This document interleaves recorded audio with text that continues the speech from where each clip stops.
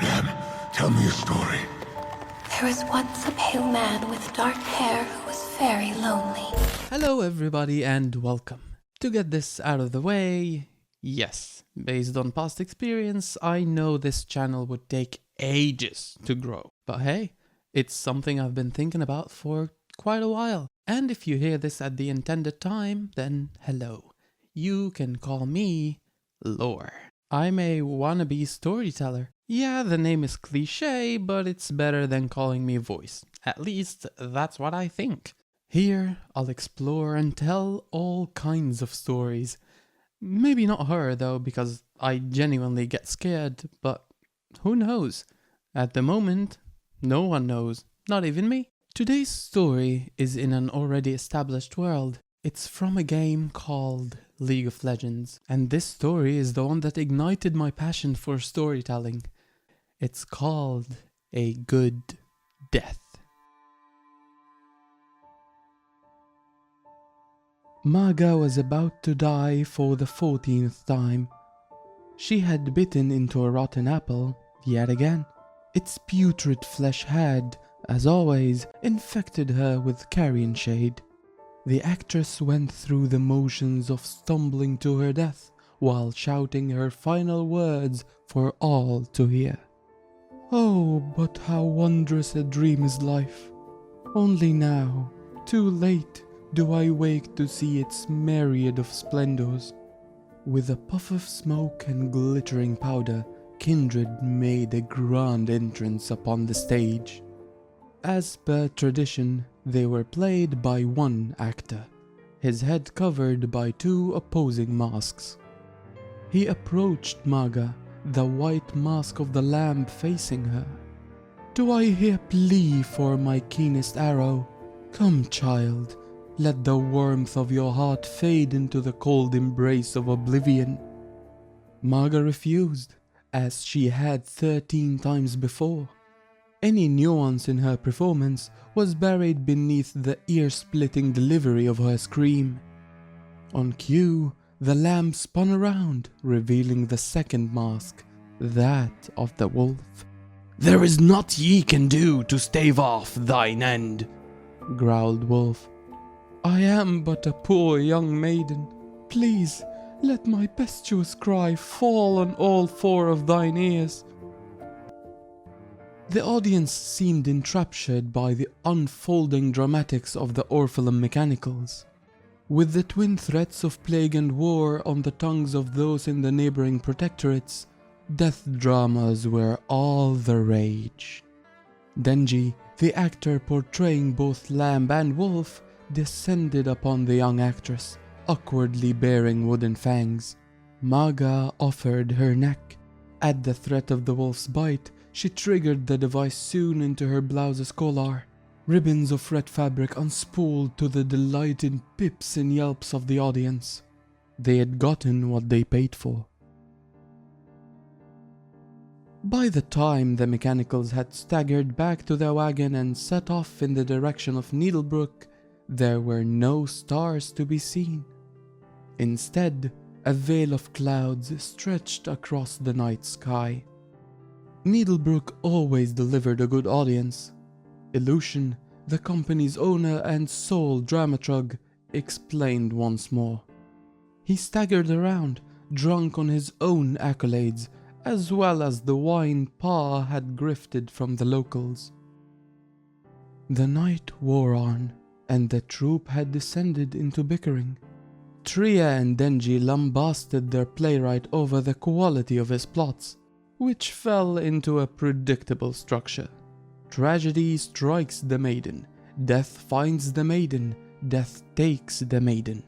Illusion argued that complicated plots detracted from a good death scene. Maga, the youngest of the bunch, agreed with Tria and Denji's diagnosis, but kept her mouth shut. Had she not stowed away in the wandering troops' wagon, she would certainly be somewhere far more miserable. Luckily for her, the mechanicals had recently lost several actors due to Illusion's insistence on complete artistic control. Because of his attitude, and obvious mediocrity, they were facing a drought of fresh faces. And so, the Orphalum Mechanicals agreed to contract Maga to die in all their dramatics for the foreseeable future, for which she had been grateful. The inebriated auteur set out his bedroll in pride of place next to the wagon. He then threw the rest of the bedding into the long grass nearby. Ungrateful players can sleep in the wilds, Illusion spat. where they shall hopefully find their manners. The rest of the troop built fire and swapped stories. Denji and Tria had fallen asleep in each other's arms while whispering potential names for their unborn child into each other's ears.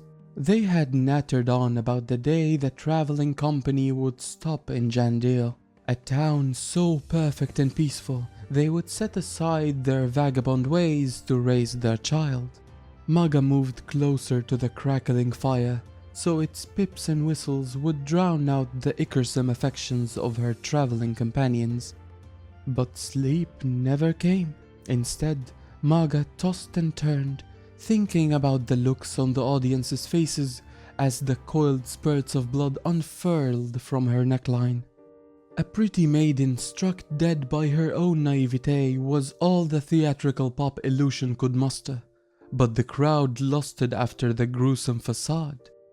Eventually, she left her bedroll and set out into the woods to soothe her unsettled mind. In the dead of the night, Maga came upon a low grassy mound with slabs of standing stone at its base. Although she could not read the inscriptions, her fingers traced the familiar etchings of Kindred's twin masks. This was a place of the dead, a burial site built long ago. She felt a chill on the back of her neck that compelled her to look up. She was not alone. Maga immediately understood what she saw, for she'd encountered a crude impersonation of them night after night. But poor Denji couldn't begin to instill the dread washing over Maga. Before her, perched on a weathered barrow archway, was Lamb herself, flanked by her ever-faithful counterpart, Wolf. I hear a beating heart. Said Wolf, his black eyes twinkling with delight. May I have it? Perhaps, replied Lamb. I sense she's afraid. Speak, beautiful one. Tell us your name. I would have yours first, stammered Maga, stepping backward. Her slow escape was halted by the speedy wolf, who materialized unsettlingly close behind her. He spoke directly in her ear. We have many names. In the west, I am Ina to his Ani. In the east, Freya to his Walio. But we are kindred everywhere. I am always Lamb to Wolf, and he is always Wolf to Lamb. Wolf reared up and sniffed the air. She is playing a boring game, said Wolf. Let us play a new game, one of chasing and running and biting. She is not playing, dear Wolf. She is frightened and has lost her own name. It hides behind her lips, afraid to come out. Worry not, dear child. I have found your name. We know it as you know us, Maga. Please, Maga stammered. Tonight is not a very good night for... Wolf's great pink tongue lolled out of the side of his mouth, and he proceeded to cackle. All nights are good nights for pouncing, said Wolf, laughing. All days are, too. With light comes a clear shot. There is no moon tonight, cried Maga. She used what Illusion had taught her, to gesture grand, so those in the back could see her movements. It's hidden by a blanket of clouds, tucked away from my eyes and yours. Without the moon, what would be the last thing I would see? We see the moon, replied Lamb, as she caressed her fabled bow. It is always here. There are no stars, said Maga, trying again, this time gesturing smaller and speaking quieter. No menagerie of twinkling diamonds, glittering in the midnight hue. What more beautiful view could one hope for whence one meets lamb and wolf? This manga thing is playing a new game. Growled Wolf. It's called stalling. Wolf stopped moving and cocked his head to the side. He turned his sideways snout toward Maga before speaking. Can we play chasing the manga thing and bite her to bits? Wolf clacked his fangs together loudly for effect. Let us ask her.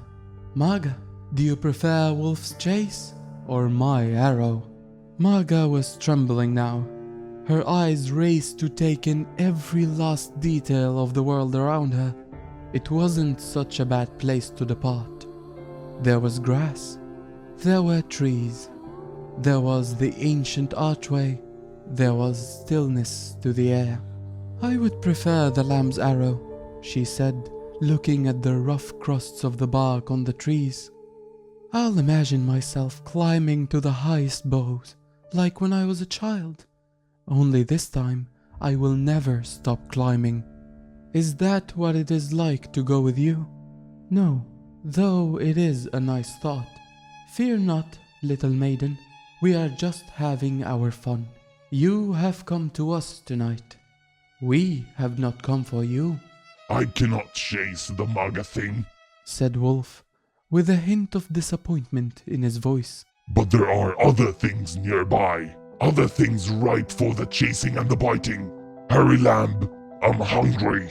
For now, know that your theatrics have pleased us, and we will watch them until the day we meet again. Wolf passed over Maga and disappeared into the woods. The shadowy beast snaked away through the fields of tall grass. Maga looked back toward the weathered barrow. Lamb was gone. The actress fled. When Maga returned to the encampment, she found it in utter ruin. The wagon she had only just begun to call home had been ransacked and reduced to a smoldering husk. Bits of clothing and ruined props lay strewn across the campsite. She found Denji's body near where he had slept. He had died protecting Tria, whose corpse lay behind him. Judging from the trails of blood, their deaths had not been slow. They had dragged themselves toward each other, their fingers intertwined in one last caress before death. Maga noticed that Illusion had managed to kill 2 of the bandits before being burned to a crisp, along with Pa in the wagon. The only thing that remained untouched were Denji's lamb and wolf masks. Maga picked them up and held them in her hands. She placed the lamb mask over her own eyes and heard the voice of the wolf. Chase the manga thing. The maiden ran the distance to Needlebrook, never once looking back. The golden round was filled to the brim with a sea of twinkling eyes, all glittering in excitement at the velvet curtain. The king sat in the theater with the queen and their advisors, all eagerly awaiting the onset of the dramatics. Everyone hushed as the black curtain lifted to reveal the actors. Maga sat in a quiet dressing room under the stage. She heard the crowd fall silent as she studied herself in the mirror. The luster of youth had faded from her eyes years ago and left her with a long shock of silver running through her hair. "Madame," said the stagehand, "you're not in costume yet." "No, child," Maga said. "I only dress at the last moment." "It is the last moment," said the young stagehand, holding the 2 final pieces of Maga's costume, the same lamb and wolf masks from her days with the Orpheum Mechanicals. "May your performance be blessed tonight." Maga prepared to leave for the stage. She slipped the masks over her head. The old chill from the dark barrow crept down her spine. She welcomed it, as always. She enthralled the audience as she glided onto the stage, embodying Lamb's graceful movements. She thrilled the crowd with her rendition of Wolf's playful savagery. She as the twin deaths personified, eased the suffering of her fellow actors or ripped it from their throats, until the crowd stood on its feet and erupted into thunderous applause. It was true. All audiences love a good death, and they loved Maga's more than any other. Even the king and queen were on their feet in praise of her work. But Maga heard no applause and saw no ovations. She didn't feel the stage beneath her feet, nor the hands of her fellow mummers in hers as they bowed low. All she felt was a sharp pain in her chest. When Maga looked out over the audience, every single face was either a lamb or a wolf.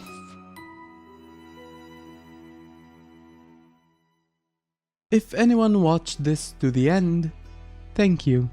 And if you really enjoyed this, consider liking and subscribing. It helps with the algorithm. Hopefully I'll make more videos like this in the future. They might not be all around the lore of League of Legends, but I can assure you, the next one will be the story of one of the most impactful champions. I'm just not going to tell you which champion exactly, cause that is the element of surprise. Hopefully that brings you back for the next video. And of course, if you want me to tell any kind of story, put it down in the comments. I will make sure to read each and every single one. Of course, with no subscribers, that would not be a problem. But hey, I want to have a problem like that in the foreseeable future.